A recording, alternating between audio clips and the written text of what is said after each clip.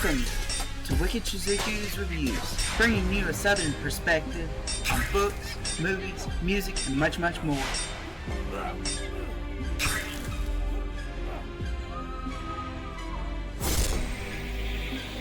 Stick around for a while, you just might hear something wicked.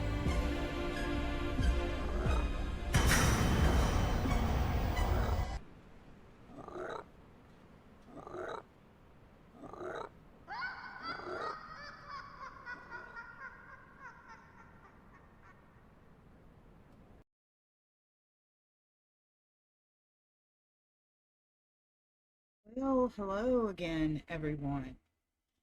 And this is going to be kind of a hodgepodge episode 61. So that will mean that it's a Monday read, but I wanted to show everyone something. See, husband started a new Rumble channel, and he took me over there. And the first 5 episodes are uploaded now. But something was strange. Episode 1 had 52 views right away. That was 3 days ago. We go over to YouTube and we find episode 1, which was over a year ago now, everyone.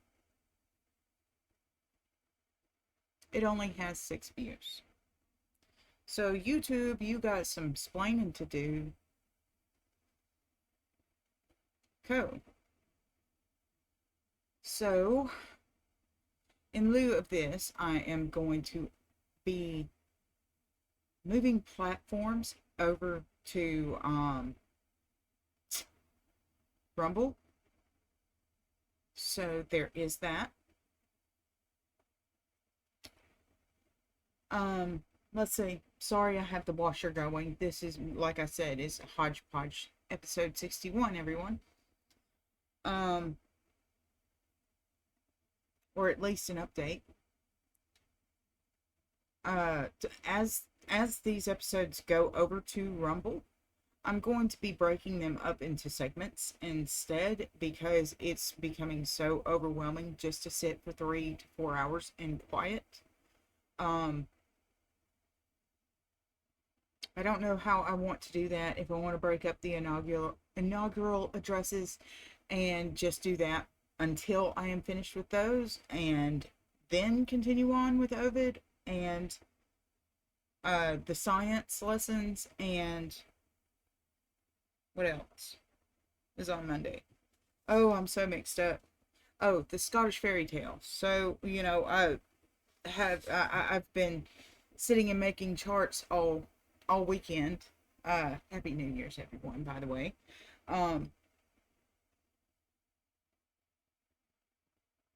I've been making charts and everything, and it just seems like all of these reads are going to be very, if I keep Monday stuck together with, if I can figure out how to put clips together, it'll be much easier. And then I can go read these at my leisure, and then just put them together as 2 clips into one episode. But I am not a video engineer, so anybody that is, reach out, I guess. If you do like my content and you think that you can help me and my husband make this better, yes, help. But I've been, I think in Shakespeare on Fridays. I'm going to stop after The Merry Wives of Windsor, or maybe one play after that. There's not many others that I haven't read of Shakespeare, so we're just reading the ones that I haven't read or seen. So, you know, I'm jumping in blind to all of these 22 reads for everyone.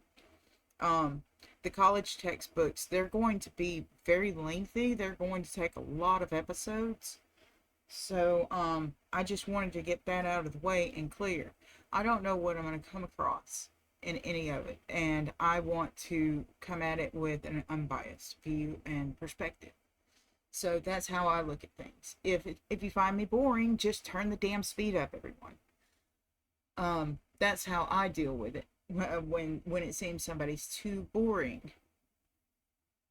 But also, other people, they find my voice uh, useful for helping them go to sleep. So that's another person that I'm helping to do this for. Another person can't even see.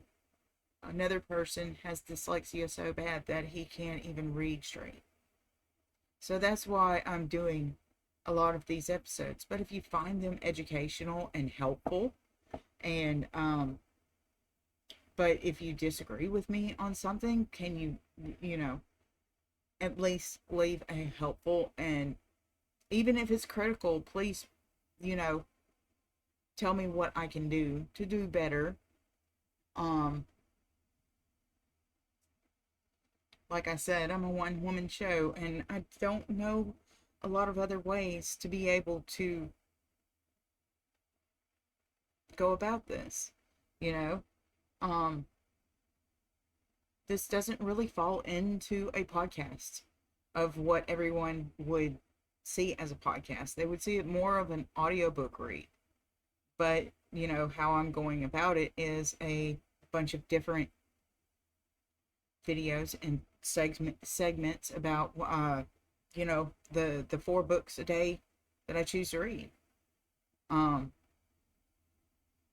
and usually, yes, the same outfits. I can get that. Um, Pretty much, it's my everyday wear, and it's for also somebody else to actually recognize me. So,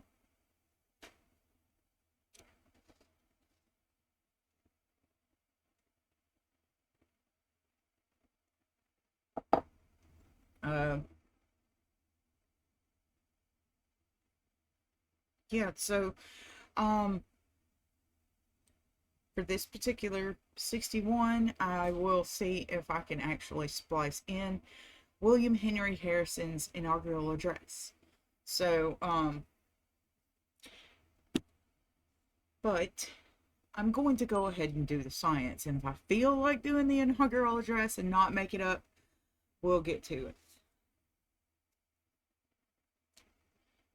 So, we are at circulation, respiration, and excretion. Oh, and by the way, also, there is a new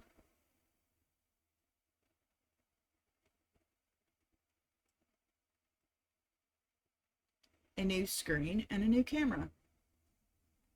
So I hope you like it. 60. Circulation, respiration, and excretion. 60. The basic chemical reaction that supplies animals with energy is oxidation, burning. In order to make this reaction go, there has to be a way to get oxygen into the animal's body and to the cells, and then get the waste products away from the cells and removed from the body. 3 separate operations combine to perform these tasks: respiration, getting the oxygen; circulation, getting the oxygen to the cells and waste away from them; and excretion, removing waste from the body. 61. The way an animal gets oxygen from the environment depends on its size and on whether the animal lives in water or air. A one single-celled organism can get enough oxygen in the and CO2 out by having the gases diffuse through its outer surface. It needs no respiratory system. In gills, both in arthropods and fish, water is pumped continuously over the surfaces containing blood vessels, and oxygen diffuses across to the blood, and CO2 diffuses out on the fly. Lungs are an adaptation for life on land. In lungs, air is drawn into a sac and allowed to sit while the exchange of gases goes on. Insects do not have lungs, but a series of tubes, called trachea, that carry air from holes in their bodies directly to their cells. 62. Warm-blooded aquatic animals that need a lot of oxygen because of their size cannot get enough from water. A given volume of water contains only a few percent of the oxygen of the same volume of air. So whales and porpoises breathe air. Also, water loses its ability to hold oxygen as it warms up. So warm water has even less oxygen than cold. This is why fish move to deep and cold holes during the day. 63. Advanced animals have hearts.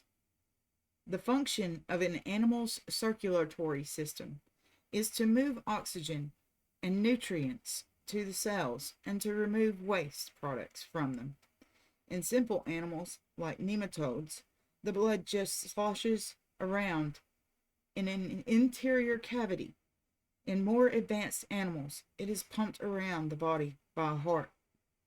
A heart consists of two kinds of chambers, one where blood is gathered, called an atrium, and one where it is pumped out, called a ventricle. In fish, where blood makes one pass through the gills and then goes directly to the cells, the heart is composed of two chambers, one of each kind. In humans, there is no one set of chambers to pump blood to the lungs, another to pump it through the body. So the human heart has 4 chambers all told. 64. Blood flows from the heart in arteries to the heart in veins.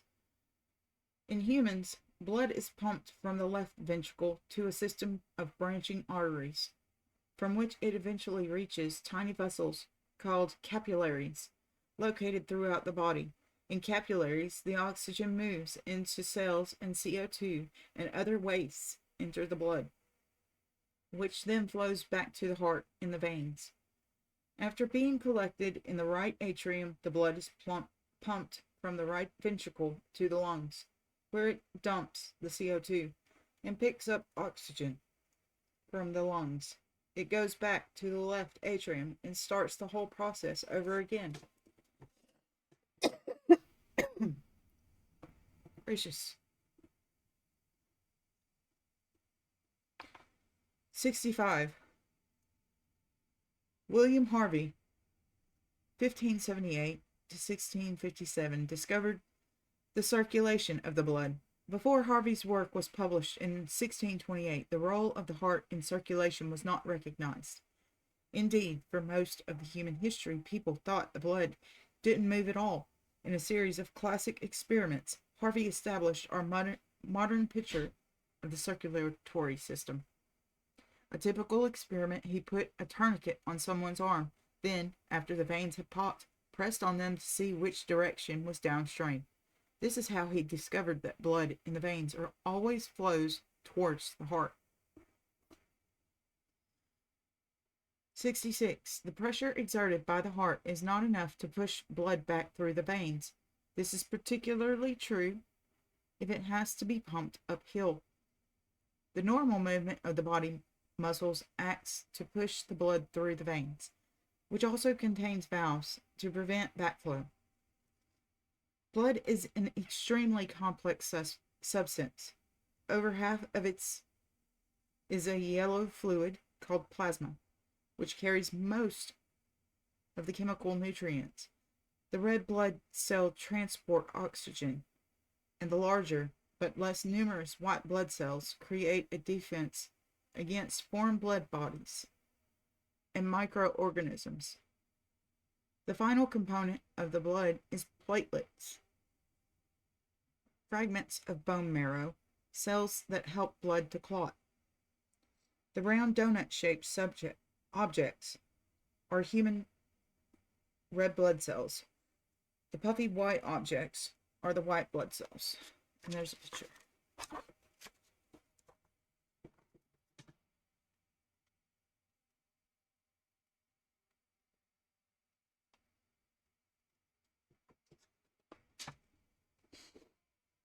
A moderately complex molecule called hemoglobin makes the blood red.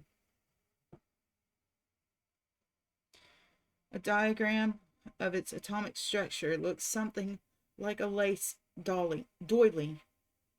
At its heart is a single atom of iron that can loosely bond to 4 atoms of oxygen. Hemoglobin allows the blood to carry about 4 to 7 times as much oxygen as it could carry were the oxygen simply dissolved in the plasma. Excuse me. 68. Red blood cells do not divide. They are created in your bone marrow at the rate of 140,000 per minute, and after a useful life of a few months, destroyed in the liver.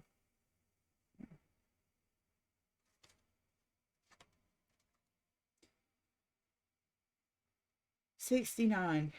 Every animal must have a way to remove waste materials." Oh, great, a poop joke. But there must be some way to sort through body fluids to get rid of unneeded or harmful materials, and there are many different ways that animals perform this function. In simple animals, such as flatworms, there are single cells open to the outside as fluid moves through the cells. Some materials are reabsorbed. The remainder is excreted. In others, crustaceans, for example, blood is processed by filtration. You may have seen the green organ where this occurs the last time you ate lobster. Ew. It's considered quite a delicacy. 70. In vertebrates, waste disposal takes place in the kidney. Blood enters the kidney and is processed in a collection of small organs called nephrons. The technique is simple. The blood is filtered, then the materials are selectively reabsorbed. What isn't reabsorbed passes out of the kidneys to the urinary bladder, from which it is excreted. The kidneys are actually a complex chemical factory which maintains a balance of various molecules and water in the body. The kidneys are very good at maintaining your body's water balance. You can drink as little as a quart a day or as much as several gallons at one sitting and still survive, but the kidneys can't produce urine. With a salt concentration of more than 2%, if you drink something like seawater, which is 3% salt, the kidneys have to remove water from your body to dilute the extra salt, a process that makes you even more thirsty. This explains the origin of the line, "Water, water everywhere, nor any drop to drink," from the rhyme of the Ancient Mariner, which we'll get to in, let's see, a Wednesday read. Yeah. So there's a dot. Okay, and for our last fact in this particular lesson, hooray, we're here. 71. The white part of bird droppings is the urine. In humans, of course, liquid waste is collected in the bladder and excreted as liquid urine. In insects, reptiles, and birds, on the other hand, water is removed from the urine. The resulting uric acid is mixed with solid waste, and the two are excreted together. These animals do not urinate. Ew. And the next time we visit this particular read is probably why I'm going to get kicked off of YouTube. So I'm expecting that. Animal reproduction and development. So we will be tackling quite a hellish topic next time. So look forward to that. So let's see. We will just kick around for a little bit here on Monday Reads.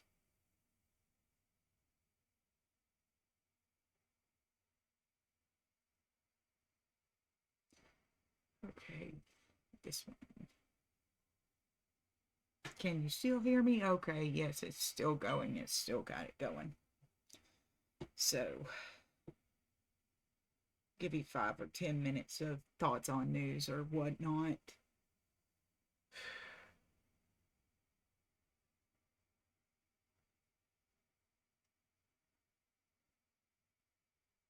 Yeah, I'm still mad about it. YouTube. Still mad. What's going on with this? I really don't understand. I've been on here over a year. Over a year. And episode 6 only has 1 view, which I'm pretty sure was from my alternate account. So, episode 6 will be coming out soon on Rumble. But I'm wondering if I should just do it and at my own pace by breaking up episodes on Mondays, bouncing back and forth, thus making it easier on me. But that would also mess up all of the planned out by doing 2.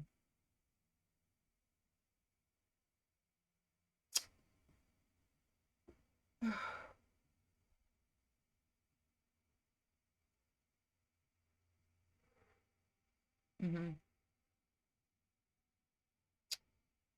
Yep.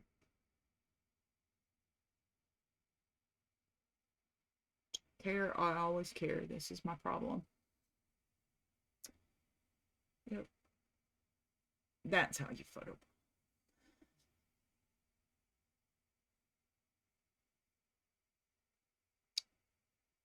It's undoubtedly trap. So let's go back to Monday reads. Or first, we will just take a break. How about that? Okay, I will be right back after this break. Hope you stick around for a while.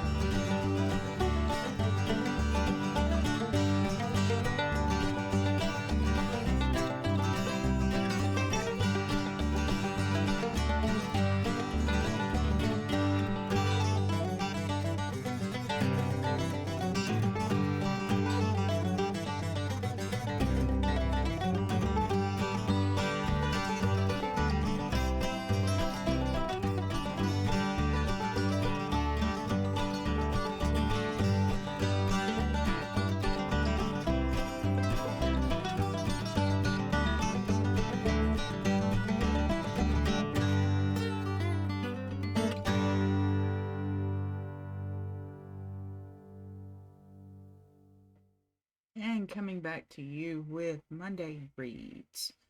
So, I will be going through the inaugural addresses, or the first one at least, of William Henry Harrison. Now, he died 31 days into office.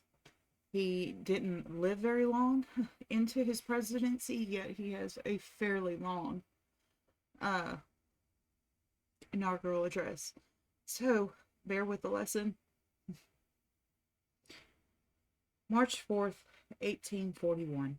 Called from a retirement which I had supposed was to continue for the residue of my life to fill the chief executive office of this great and free nation, I appear before you, fellow citizens, to take the oaths which the Constitution prescribes as a necessary qualification for the performance of its duties, and in obedience to a custom coeval with our government and what I believe to be your expectations, I proceed to present you a summary of the principles which will govern me in the discharge of the duties which I shall be called upon to perform. It was the remark of a Roman consul in an early period of that celebrated republic that a most striking contrast was observable in conduct of candidates for offices of power and trust before and after obtaining them, they seldom carrying out in the latter case the pledges and promises made in the former. However much the world may have improved in many respects in the lapse of upward of 2,000 years since the remark was made by the virtuous and indignant Roman, I fear that a strict examination of the annals of some of the modern elective governments would develop similar instances of violated confidence.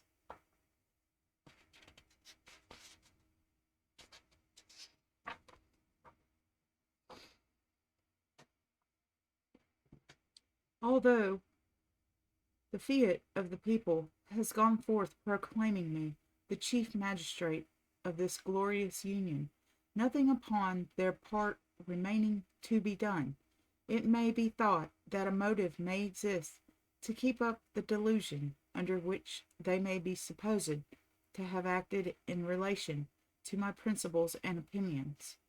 And perhaps there may be some in this assembly who have come here either prepared to condemn those I shall now deliver, or approving them, to doubt the sincerity with which they are now uttered. But the lapse of a few months will confirm or dispel their fears. The outline of the principles to govern and measure to be adopted by an administration not yet begun will soon be exchanged for immutable history, and I shall stand either exonerated by my countrymen or class with the mass of those who promised that they might deceive and flattered with the intention to betray. However strong may be my present purpose to realize the expectations of a magnanimous and confiding people, I too well understand the dangerous temptations to which I shall be exposed from the magnitude of the power which it has been the pleasure of the people to commit to my hands, not to place my chief confidence upon the aid of that almighty power which has hitherto protected me and enabled me to bring to favorable issues other important but still greatly inferior trusts heretofore confided to me by my country. The broad foundation upon which our Constitution rests being the people, a breath of theirs having made, as a breath can unmake, change, or modify it, it can be assigned to none of the great divisions of the government, but to that of democracy. If such is its theory, those who are called upon to administer it must recognize as its leading principle the duty of shaping their measures so as to produce the greatest good to the greatest number. But with these broad admissions, if we would compare the sovereignty acknowledged to exist in the mass of our people with the power proclaimed by other sovereignties, even by those which have been considered most purely democratic, we shall find a most essential difference. All others lay claim to power limited only by their own will. The majority of our citizens, on the contrary, possess a sovereignty with an amount of power precisely equal to that which has been granted to them by the parties to the national compact, and nothing beyond. We admit of no government by divine right, believing that so far as people is concerned, the beneficent Creator has made no distinction amongst men, that all are upon an equality, and that the only legitimate right to govern is an express grant of power from the governed. The Constitution of the United States is the instrument containing this grant of power to the several departments composing the government. On an examination of that instrument, it will be found to contain declarations of power granted and of power withheld. The latter is also susceptible of division into power, which the majority had the right to grant, but which they do not think proper to entrust to their agents, and that which they could not have granted.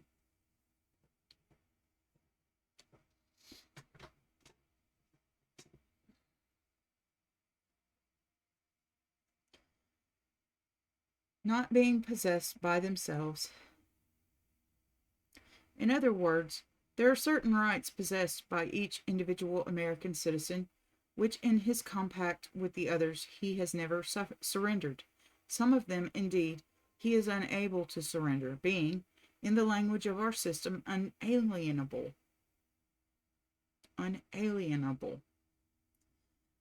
The boasted privilege of a Roman citizen was to him a shield only against a petty provincial ruler, whilst the proud democrat of Athens could console himself under a sentence of death for a supposed violation of the national faith, which no one understood, and which at times was the subject of the mockery of all, or the banishment from his home, his family, and his country, with or without an alleged cause, that it was the act not of a single tyrant or hated aristocracy, but of his assembled countrymen. Far different is the power of our sovereignty. It can interfere with no one's faith, prescribe forms of worship for no one's observance, inflict no punishment but after ascertained guilt, the result of the investigation under rules prescribed by the Constitution itself.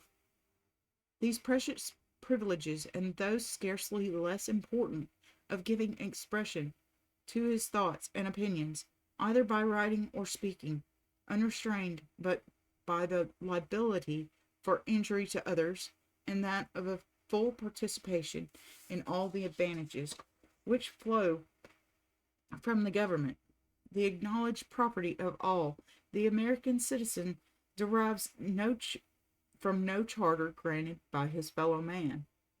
He claims them because he himself is a man, fashioned by the same almighty hand as the rest of his species, and entitled to a full share of the blessings with which he has endowed them, notwithstanding the limited sovereignty possessed by the people of the United States, and the restricted grant of power to the government which they have adopted.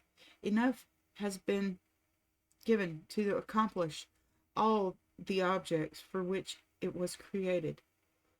It has been found powerful in war, and hitherto justice has been administered, and intimate union effected, domestic tranquility preserved, and personal liberty secured to the citizen, as was to be expected, however, from the defect of language and the necessarily sententious manner in which the Constitution is written. Disputes have arisen as to the amount of power which it has actually granted, or was intended to grant. This is more particularly the case in the relation to that part of the instrument which treats of the legislative branch, and not only as regards the exercise of powers claimed under a general clause giving that body the authority to pass all laws necessary to carry into effect the specified powers, but in relation to the latter also. It is, however, consolatory to reflect that most of the instances of alleged departure from the letter of or the spirit of the Constitution have ultimately received the sanction of the majority of the people. In the fact that many of our statesmen, most distinguished for talent and patriotism, have been at one time or another of their political career on both sides of each of the most warmly disputed questions, forces upon us the interference that the errors, if errors there were, are attributable to the intrinsic difficulty in many instances.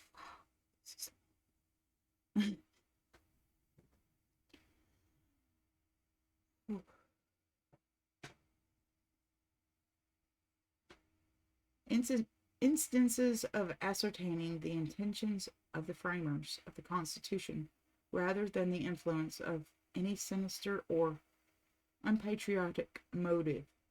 But the great danger to our institutions does not appear to me to be in usurpation by the government of power not granted by the people, but by the acclamation in one of the departments of that which was assigned to others. Limited as are the powers which have been granted, still enough have been granted to constitute a despotism if concentrated in one of the departments. This danger is greatly heightened, as it has always been observable that men are less jealous of encroachments of one department upon another than upon their own reserved rights. When the Constitution of the United States first came from the hands of the convention which formed it, many of the sternest Republicans of the day were alarmed at the extent of the power which had been granted to the federal government, and more particularly of that portion which had been assigned to the executive branch. There were in it features which appeared not to be in harmony with their ideas of a simple representative democracy or republic. And knowing the tendency of power to increase itself, particularly when exercised by a single individual, predictions were made that no very remote period of the government would terminate in virtual monarchy. It would not become me to say that the fears of these patriots have already been realized, but as I sincerely believe that the tendency of measures and of men's opinions for some years has been in that direction, it is, I conceive, strictly proper that I should take this occasion to repeat the assurances I have heretofore given of my determination to arrest the progress of that tendency, if it really exists, and restore the government to its pristine health and vigor, as far as this can be effected by any legitimate exercise of the power placed in my hands.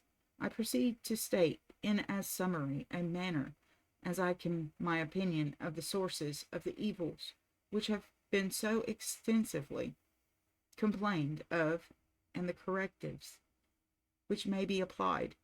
Some of the former are questionably to be found in the deficits in the defects of the Constitution. Others, in my judgment, are attributable to the misconstruction of some of its provisions. Of the former is the eligibility of the same individual to a second term of the presidency.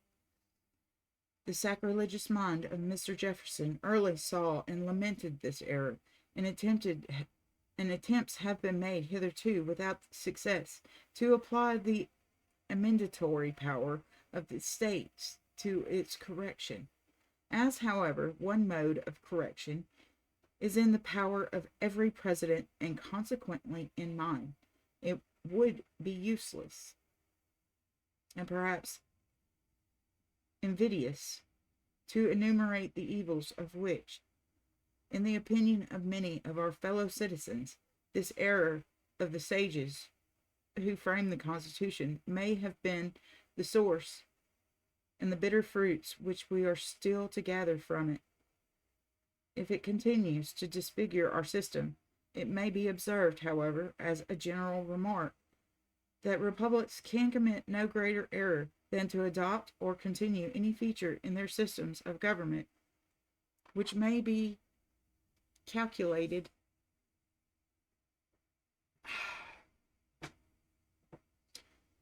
to create or increase the lover of power in the bosoms of those to whom necessity obliges them to commit the management of their affairs.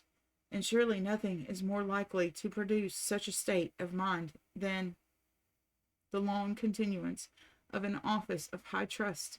Nothing can be more corrupting, nothing more destructive of all those noble feelings which belong to the character of a devoted Republican patriot. When this corrupting passion once takes possession of the human mind, like the love of gold, it becomes insatiable. It is the never-dying worm in his bosom grows with his growth and strengthens with the declining years of its victim. If this is true, it is the part of wisdom for a republic to limit the service of that officer, at least to whom she has entrusted the management of her foreign relations, the execution of her laws, and the command of her armies and navies to a period so short as to prevent his forgetting that he is the accountable agent, not the principal, the servant, not the master. Until an amendment of the Constitution can be effected, public opinion may secure the desired object. I give my aid to it by renewing the pledge heretofore, given that under no circumstances will I consent to serve a second term. Interesting. But if there is danger to public liberty from the acknowledged defects of the Constitution in want of limit to the continuance of the executive power in the same hands, there is, I apprehend, not much less from the misconstruction of that instrument as it regards the power actually given. I cannot conceive that by a fair construction any or either of its provisions would be found to constitute the president a part of the legislative power. It cannot be claimed from the power to recommend, since, although enjoined as a duty upon him, it is a privilege which he holds in common with every other citizen. And although there may be something more of confidence in the propriety of the measures recommended in one case than in the other, in the obligations of ultimate decision there can be no difference. In the language of the Constitution, all legislative powers which it grants are vested in the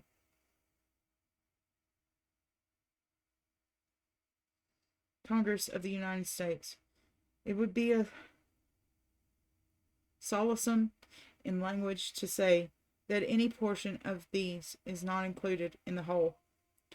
It may be said, indeed, that the Constitution has given to the executive the power to annul the acts of the legislative body by refusing them to his assent. So, a similar power has necessarily resulted from the instrument to the judiciary, and yet the judiciary forms no part of the legislature. There is, it is true, this difference between these grants of power. The executive can put his negative upon the acts of the legislature for other cause than that of the want of conformity to the Constitution, whilst the judiciary can only declare void those which violate that instrument. But the decision of the judiciary is final in such a case, whereas in every instance where the veto of the executive is applied, it may be overcome by a vote of 2/3 of both houses and Congress. Houses of Congress. The negative upon the acts of the legislative by the executive authority. Goodness, how many more pages? Pauses. We've got lots more pages to go, everybody.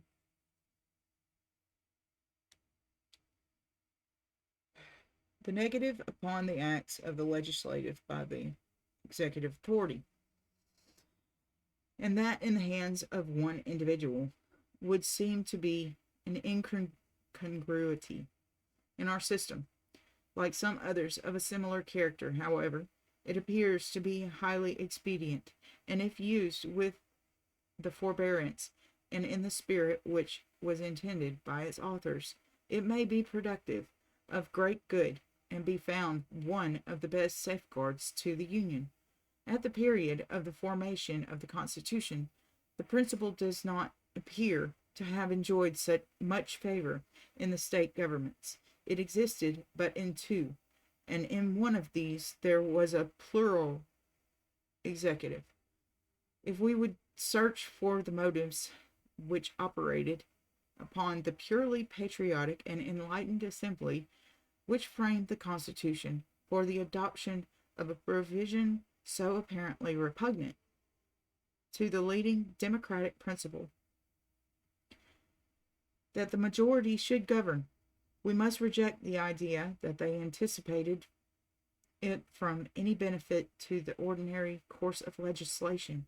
They knew too well the high degree of intelligence which existed among the people and the enlightened character of the state legislators not to have the fullest confidence, and the two bodies elected by them would be worthy representatives of such constituents, and, of course, that they would require no aid in conceiving and maturing the measures which the circumstances of the country might require.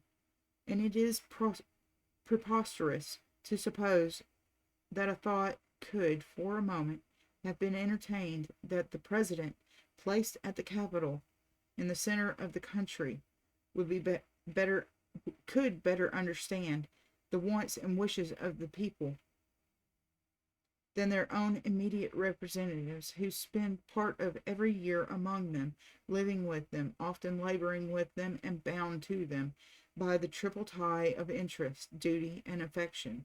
To assist or control Congress, then, in its ordinary legislation, could not, I conceive, have been the motive for conferring the veto power on the president.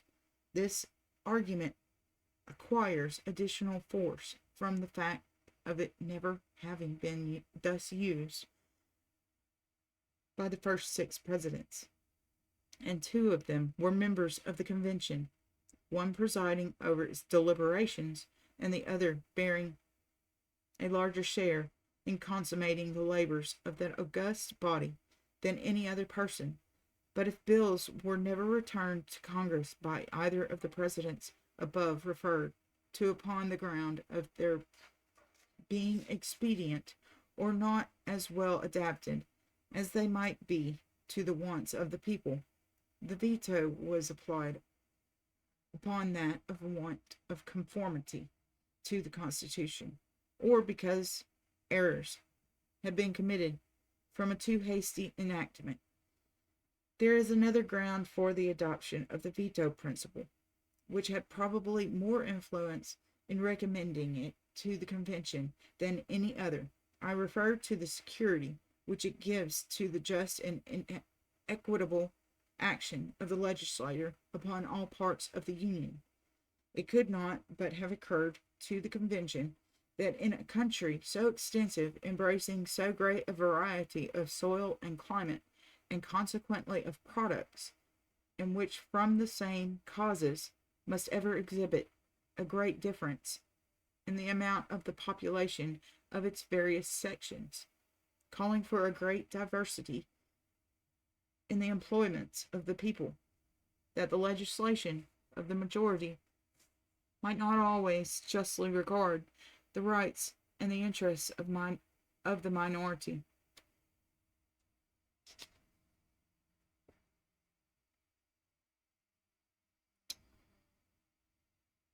And that acts of this character might be passed under the express grant by the words of the Constitution, and therefore not within the competency of the judiciary to declare void.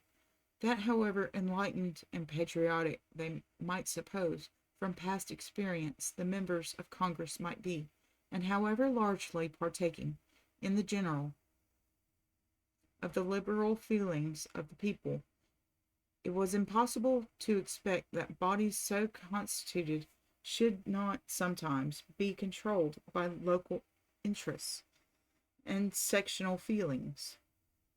It was proper, therefore, to provide some umpire from whose situation and mode of appointment more independence and freedom from such influences might be expected. Such a one was afforded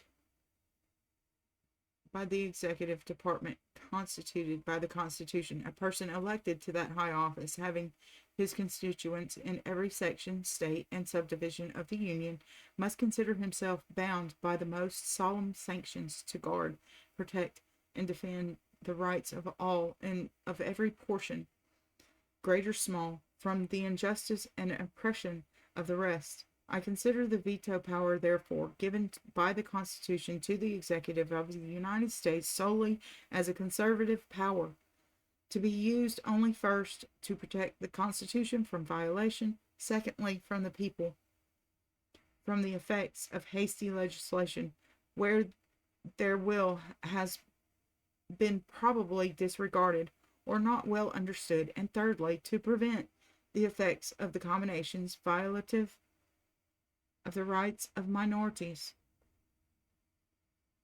In reference to the second of these objects, I may observe that I consider it the right and privilege of the people to decide disputed points of the Constitution arising from the general grant of power to Congress to carry into effect the powers expressly given, and I believe that with Mr. Madison, that repeated recognitions under varied circumstances in acts of legislative, executive, and judicial branches of the government, accompanied by indications in different modes of the concurrence of the general will of the nation, as affording to the President sufficient authority for his considering such disputed points as settled. Upward of half a century has elapsed since the adoption of the present form of government. It would be an object more highly desirable than the gratification of the curiosity of speculative statesmen, if its precise situation could be ascertained, a fair exhibit made of the operations of each of its departments, of the powers which they respectively claim, and exercise of the collisions which have occurred between them, or between the whole government and those of the states, or either of them. We could then compare our actual condition after 50 years' trial of our system with what was in the commencement of its operations, and ascertain whether the predictions of the patriots who opposed its adoption, or the com- confident hopes of its advocates have been best realized. The great dread of the former seems to have been that the reserved powers of the states would be absorbed by those of the federal government and a consolidated power established, leaving to the states the shadow only of that independent action for which they had so zealously contended, and on the preservation of which they relied as the last hope of liberty.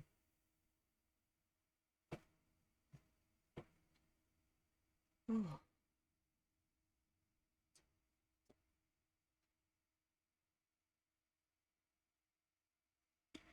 Without denying that the result to which they looked with so much apprehension is in the way of being realized, it is obvious that they did not clearly see the mode of its accomplishment. The general government had seized upon none of the reserved rights of the states, as far as any open warfare may have gone. The state authorities have amply maintained their rights. To a casual observer, our system presents no appearance of discord between the different members which compose it. Even the addition of many new ones has produced no jarring. They move in their respective orbits in perfect harmony with the central head and with each other. But there is still an undercurrent at work by which, if not seasonably checked, the worst apprehensions of our anti-federal patriots will be realized. And not only will the state's authorities be overshadowed by the great increase of power in the executive department of the general government, but the character of that government, if not its designation, be essentially and radically changed. This state of things has been in part effected by causes inherent in the Constitution, and in part by the never failing tendency of political power to increase itself. By making the president the sole distributor of all the patronage of the government, the framers of the Constitution do not appear to have anticipated at how short a period it would become a formidable instrument to control the free operations of the state governments. Of trifling importance at first, it had early in Mr. Jefferson's administration become so powerful as to create a great alarm in the mind of that patriot from the potent influence that it might exert in controlling the freedom of the elective franchise.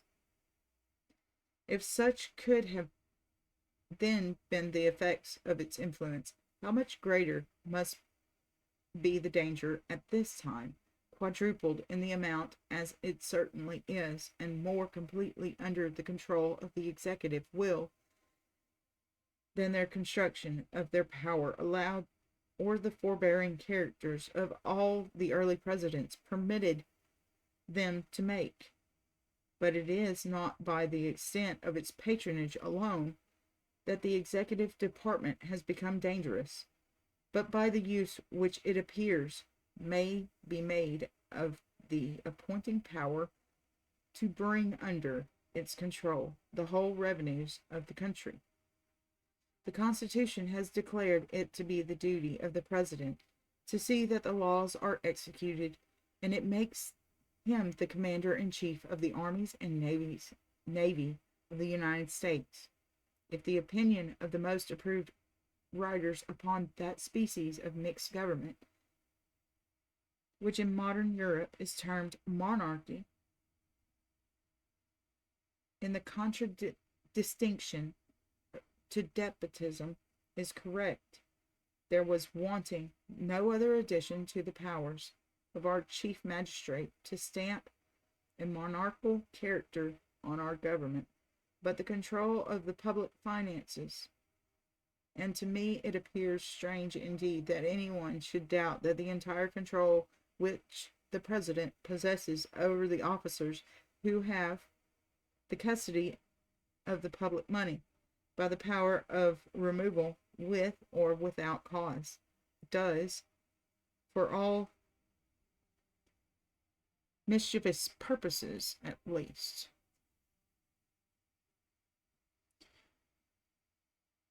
virtually subject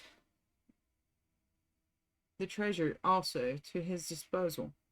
The first Roman emperor, in his attempt to seize the sacred treasure, silenced the opposition of the officer to those whose charge it had been committed by a significant allusion to his sword, by a selection of political instruments for the care of the public money, a reference to their commissions, by a president would be quite as effectual an argument as that of Caesar to the Roman knight. I am not insensible of the great difficulty that exists in drawing a proper plan for the safekeeping and disbursement of the public revenues, and I know the importance which has been attached by men of great abilities and patriotism to the divorce, as it is called, of the treasury from the banking institutions. It is not the divorce which is complained of, but the unhallowed union of the treasury, which the executive department, which has created such an extensive alarm to this danger to our republican institution, and that created by the influence given to the executive through the instrumentality of the federal officers. I propose to apply all the remedies which may be at my command. It was certainly a great error in the framers of the Constitution not to have made the officer at the head of the Treasury Department entirely independent of the executive. He should have at least have been removable only upon the demand of the popular branch of the legislature. I have determined never to remove a Secretary of the Treasury without communicating all the circumstances attending such removal to both houses of Congress.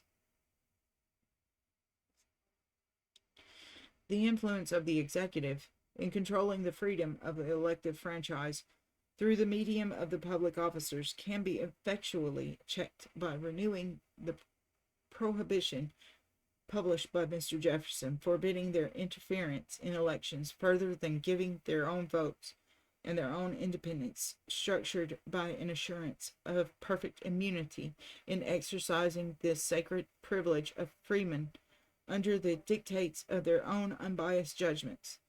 Never, with my consent, shall an officer of the people, compensated for his services out of their pockets, become the pliant instrument of the executive will. There is no part of the means placed in the hands of the executive which might be used with greater effect for unhallowed purposes than the control of the public press. The maxim which our ancestors derived from the mother country, that the freedom of the press is the great bulwark of civil and religious liberty, is one of the most precious legacies which they have left us. We have learned, too, from our own as well as the experience of other countries, that golden shackles, by whomsoever, or by whatever pretense imposed, are as fatal to it as the iron bonds of despotism.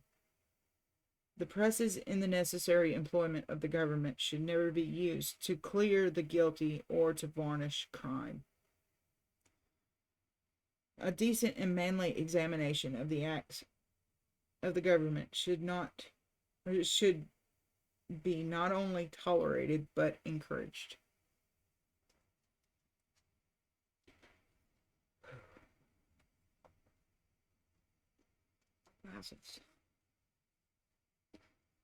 Upon another occasion, I have given my opinion at some length upon the impropriety of the executive interference of the legislation of Congress.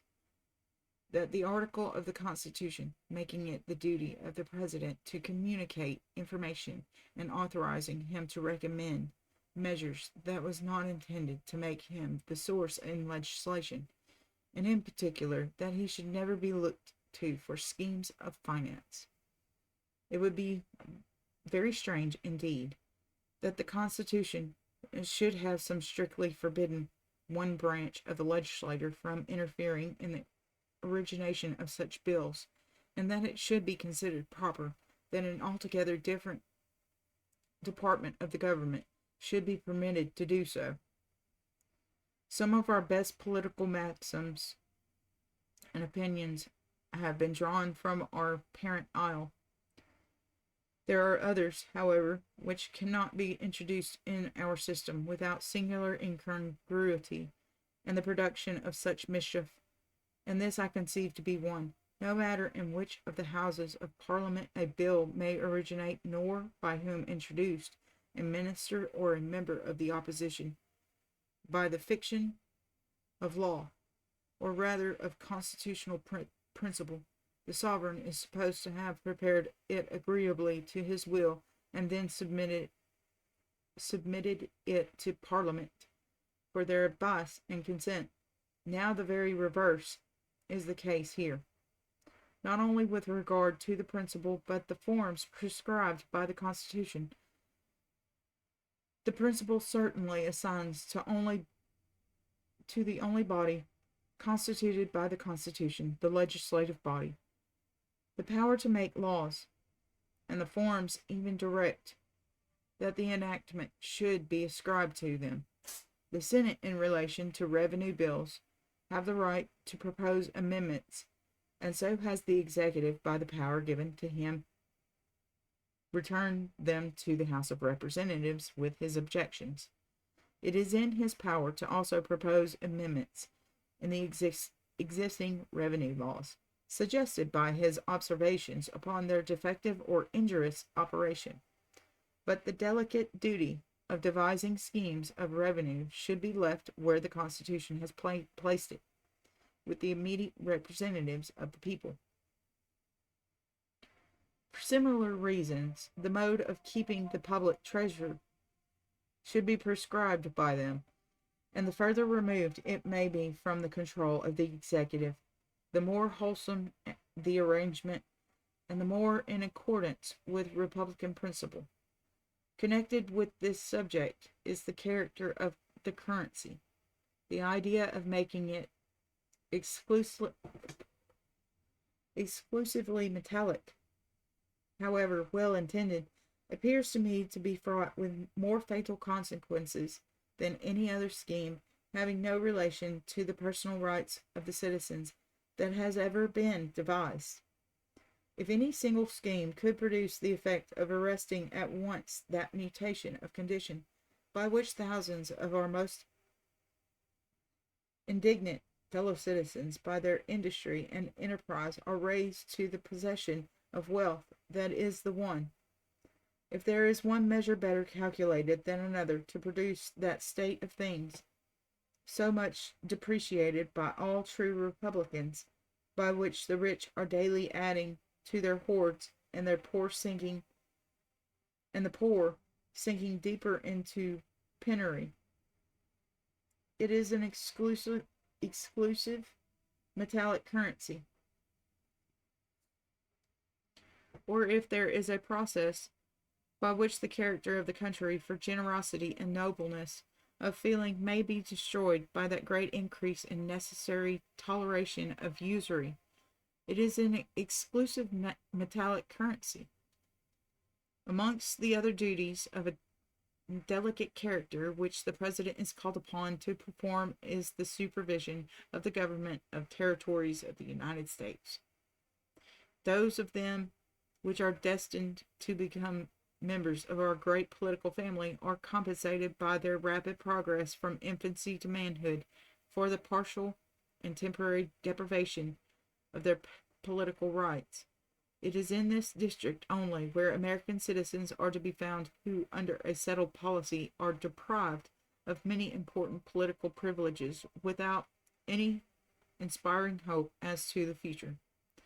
Their only consolation under the circumstances of such deprivation is that of the devoted exterior guards of a camp, that their sufferings secure tranquillity and safety within. Are there any of their countrymen who would subject them to greater sacrifices, to any other humiliations, than those essentially necessary to the security of the object for which they were thus separated from their fellow citizens? Are their rights alone not to be guaranteed by the application of those great principles upon which all our constitutions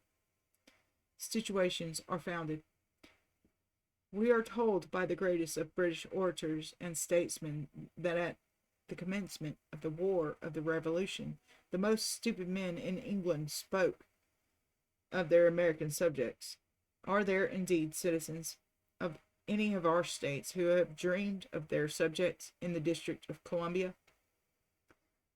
Such dreams can never be realized by any agency of mine. The people of the District of Columbia are not the subjects of the people of the states, but free American citizens. Being in the latter condition, when the Constitution was formed, no words used in that instrument could have been intended to deprive them of that character. If there is anything in the great principle of unalienable rights, so emphatically insisted upon in our Declaration of Independence, they could neither make nor the United States accept a surrender of their liberties and become the subjects, in other words, the slaves, of their former fellow citizens. If this be true, and it will scarcely be denied by anyone who has a correct idea of his own rights as an American citizen, the grant to Congress of exclusive jurisdiction in the District of Columbia can be interpreted, so far as respects the aggregate people of the United States, as meaning nothing more than to allow to Congress the controlling power necessary to afford a free and safe exercise of the functions assigned to the general government by the Constitution. In all other respects, the legislation of Congress should be adapted to their particular or their peculiar position and wants, and conformable with their deliberate opinions of their own interests. I have spoken of the necessity of keeping the respective departments of the government, as well as all of the other authorities of our country, within their appropriate orbits. This is a matter of difficulty in some cases.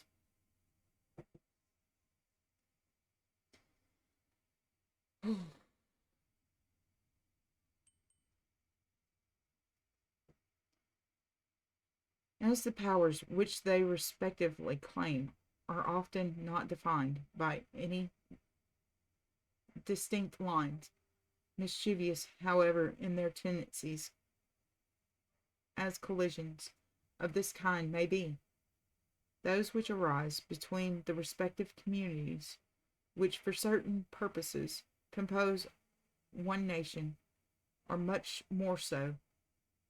For no such nation can long exist without the careful culture of those feelings of the confidence and affection which are the effective bonds to the union between free and confederated states. Strong as is the tie of interest, it has been often found ineffectual. Men blinded by their passions have been known to adopt measures for their country in direct opposition to all the suggestions of policy. The alternative, then, is to destroy or keep down a bad passion by creating and fostering a good one. And this seems to be the cornerstone upon which our American political architects have reared the fabric of our government, the cement in which to bind it and perpetuate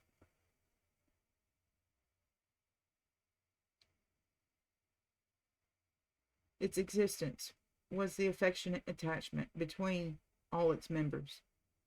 To ensure the continuance of this feeling, produced at first by a community of dangers, of suffering, and of interests, the advantages of each were made accessible to all. No participation in any good possessed by any member of our extensive confederacy, except in domestic government, was withheld from the citizen of any other member.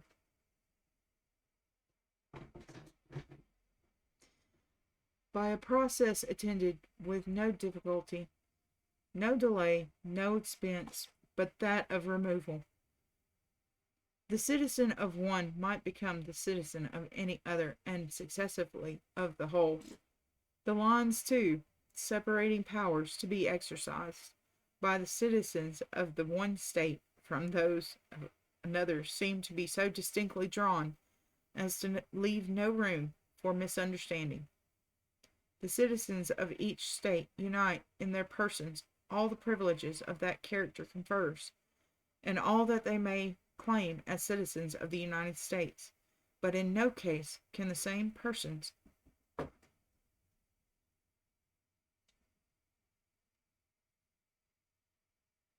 at the same time act as the citizen of two separate states, and he is therefore positively precluded from any interference with the reserved powers of any state but that of which he is, for the time being, a citizen.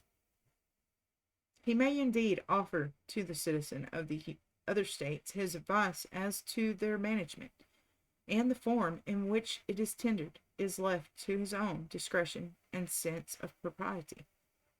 It may be observed, however, that organized associations of citizens requiring compliance with their wishes too much resemble the recommendations of Athens to her allies, supported by an armed and not powerful fleet. It was indeed to the ambition of the leading states of Greece to control the domestic concerns of the others that the destruction of that celebrated confederacy, and subsequently of all its members, is mainly to be attributed, and it is owing to the absence of that spirit that the Helvetic Confederacy has for so many years been preserved. Never has there been seen in the institutions of the separate members of any confederacy more clement elements of discord in the principles and forms of government and religion, as well as in the circumstances of the several cantons. So marked a discrepancy was observable as to promise anything but harmony in their intercourse, or permanency in their alliance.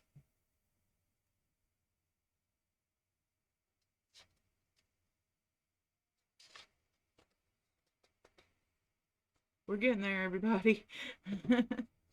Slowly but surely.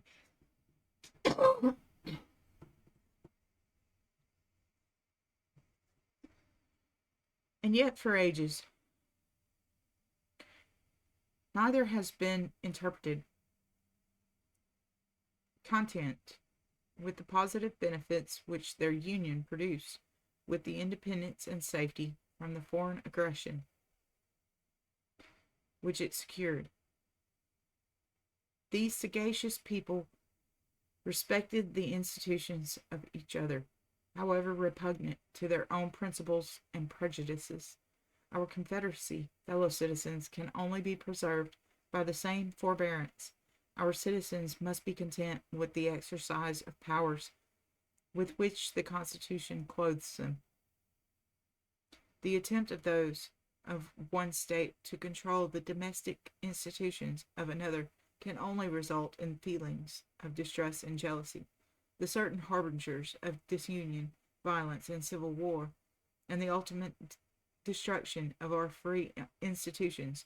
Our Confederacy is perfectly illustrated by the terms and principles governing a common co-partnership. There is a fund of power to be exercised under the direction of the joint councils of the allied members, but that which has been reserved by the individual members is intangible by the common government or the individual members composing it. To attempt it finds no support in the principles of our Constitution. It should be our constant and earnest endeavor mutually to cultivate a spirit of concord and harmony among the various parts of our Confederacy. Experience has abundantly taught us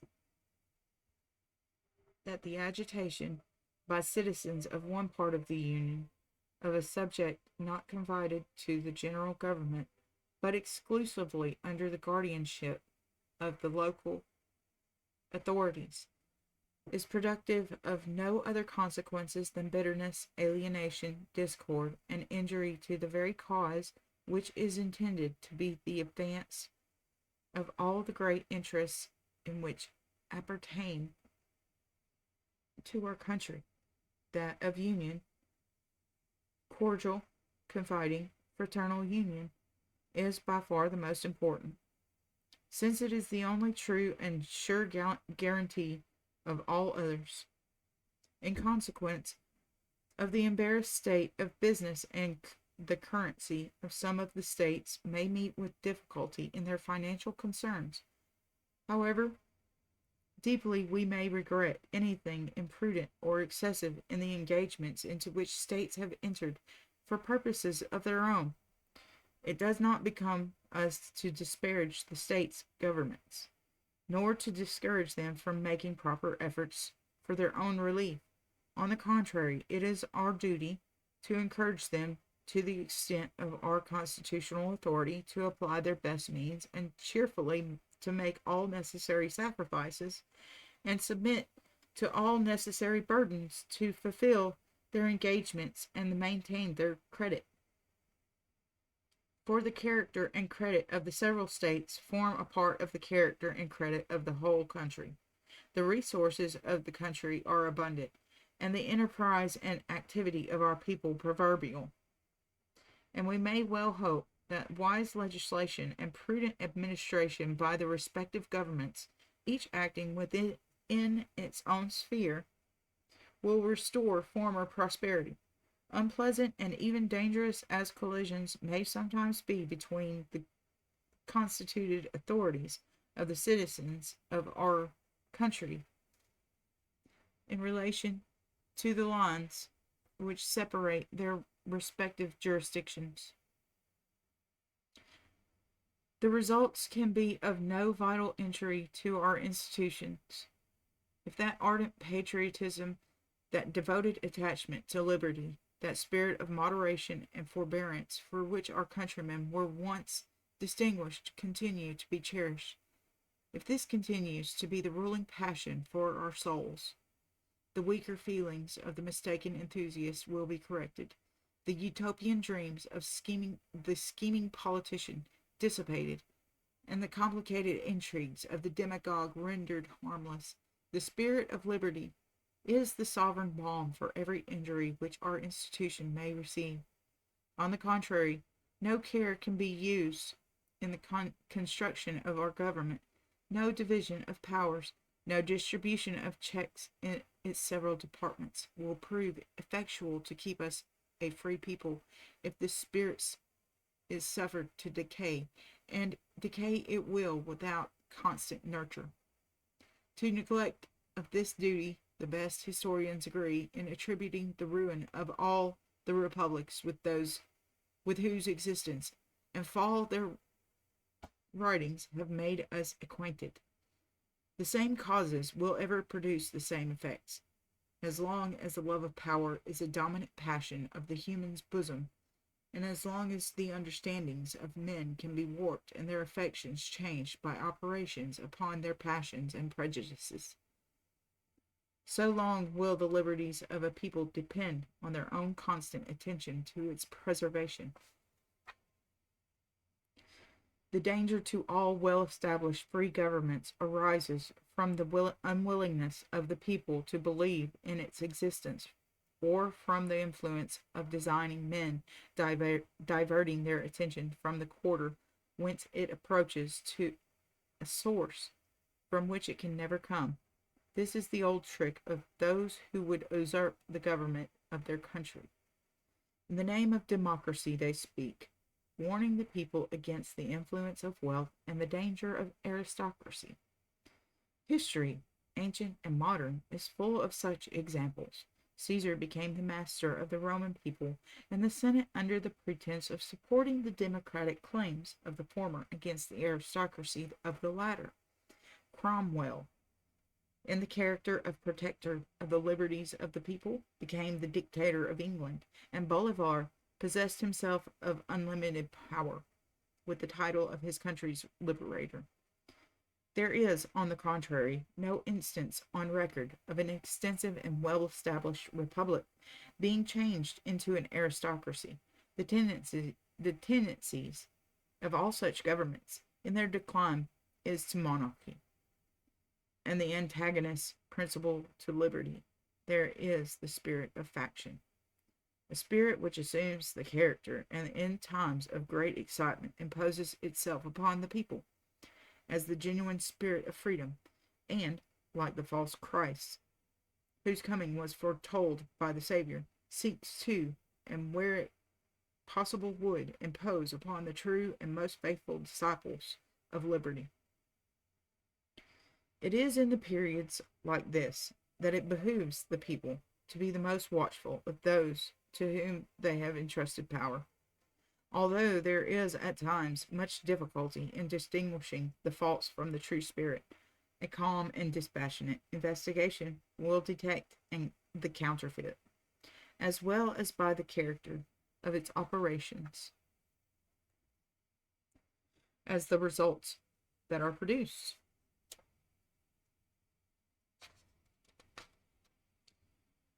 The true spirit of liberty, although devoted, persevering, bold, and uncompromising in principle, that secured is mild and tolerant and scrupulous as to the means it employs, whilst the spirit of party, assuming to be that of liberty, is harsh, vindictive, and intolerant, and totally reckless as to the character of the allies which it brings to the aid of its cause. When the genuine spirit of liberty animates the body of a people, and to a thorough examination of their affairs, it leads to the excision of every excrescence which may have fastened itself upon any of the departments of the government, and restores the system to its pristine health and beauty. But the reign of an intolerant spirit of party amongst a free people seldom fails to result in a dangerous accession to the executive power introduced and established amidst unusual professions of devotion to democracy. The foregoing remarks relate almost exclusively to matters connected with our domestic concerns. It may be proper, however, that I should give some indications to my fellow citizens of my proposed course of conduct in the management of our foreign relations. I assure them, therefore, that it is my intention to use every means in my power to preserve the friendly intercourse which now so happily subsists with every foreign nation, and that although, of course, not well informed as to the state of pending negotiations with any of them, I see in the personal characters of the sovereigns, as well as in the mutual interests of our own and of the governments with which our relations are most intimate, a pleasing guarantee of that harmony so important to the interests of their subjects, as well as our citizens, will not be interrupted by the advancement of any claim or pretension upon their part to which our honor would not permit us to yield. Long the defender of my country's rights in the field, I trust that my fellow citizens will not see in my earnest desire to preserve peace with foreign powers any indication that their rights will ever be sacrificed, or the honor of the nation tarnished, by my admission on the part of their chief magistrate unworthy of their former glory. In our intercourse with the aboriginal neighbors, the same liberality and justice which mark and the course prescribed to me by two of my illustrious predecessors, when acting under their direction in the discharge of the duties of superintendent and commissioner, shall be strictly observed.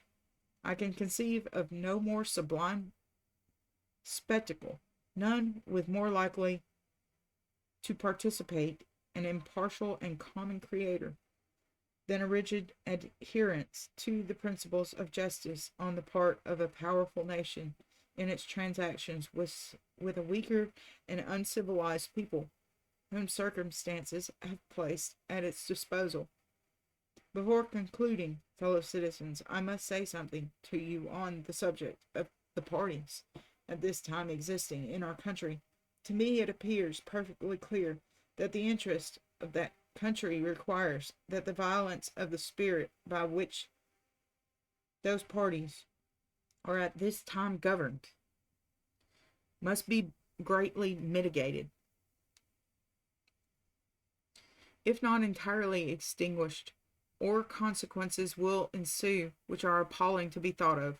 If parties in a republic are necessary to secure a degree of vigilance sufficient to keep the public functionaries within the bounds of law and duty, at that point their usefulness ends.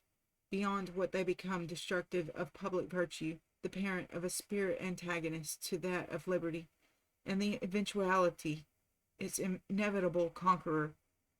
We have examples of republics where the love of country and of liberty at one time were the dominant passions of the whole mass of citizens, and yet, with the continuance of the name and forms of free government, not a vestige of these qualities remaining in the bosoms of any one of its citizens. It was the beautiful remark of a distinguished English writer that in the Roman Senate Octavius had a party, and Antony a party, but the Commonwealth had none.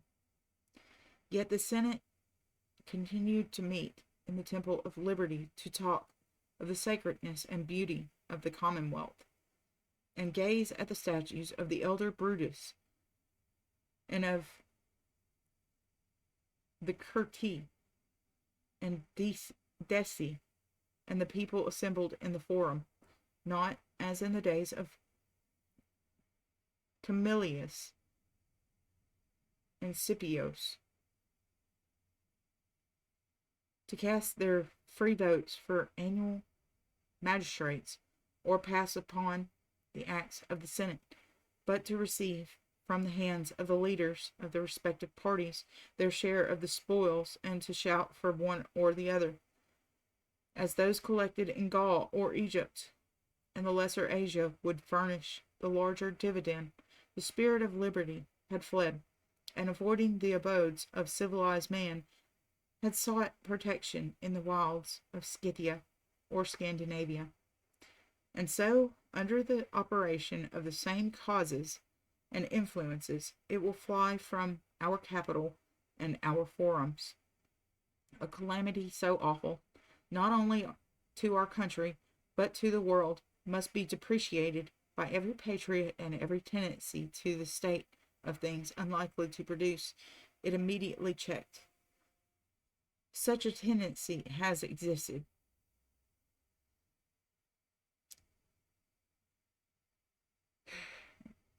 Such a tendency has existed, does exist.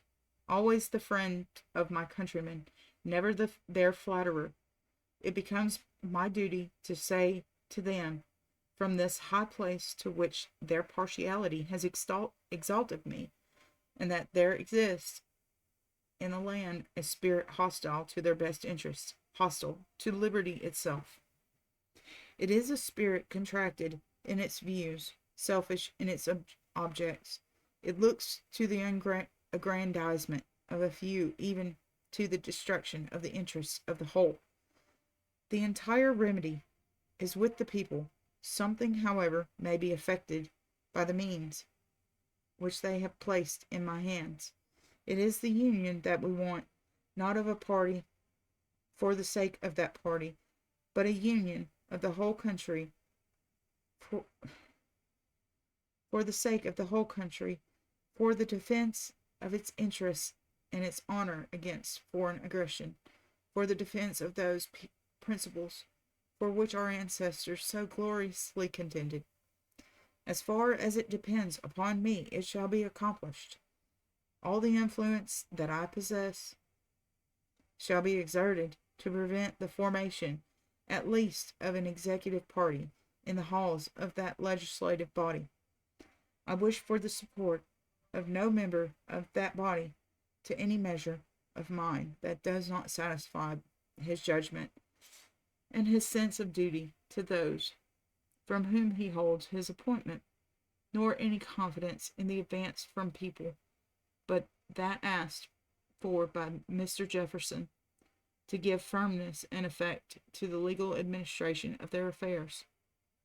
I deem the present occasion sufficiently important and solemn to justify me in expressing to my fellow citizens a profound reverence for the Christian religion and a thorough conviction that sound morals, religious liberty, and a just sense of religious responsibility are essentially connected with all true and lasting happiness. And to that good being who has blessed us by the gifts of civil and religious freedom, who watched over and prospered the labors of our fathers, and has hitherto preserved us to us institutions far exceeding in excellence those of any other people, let us unite in fervently commending every interest of our beloved country in all future time. Fellow citizens, being fully invested with that high office to which the partiality of my countrymen has called me, I now take an affectionate leave of you. You will bear with you to your homes the remembrance of the pledge I have this day given to discharge all the high duties of my exalted station according to the best of my ability, and I shall enter upon their performance with entire confidence in the support of a just and generous people. So, that was very long-winded. It's kind of a shame that he passed away 31 days after his inauguration, don't you think? Or do you think that's strange? I mean, what do you think? In the comments below, if you have any kind of crazy conspiracy theories about William Henry Harrison, well, why don't you leave them down in the comments for me to read? And I'll get back to you on that. So, I hope you enjoyed this episode. I hope you found it educational. And if you found it entertaining, would you give me a like, a subscribe, and a share, everyone? And I will see you next time. Bye-bye. Good night, everyone.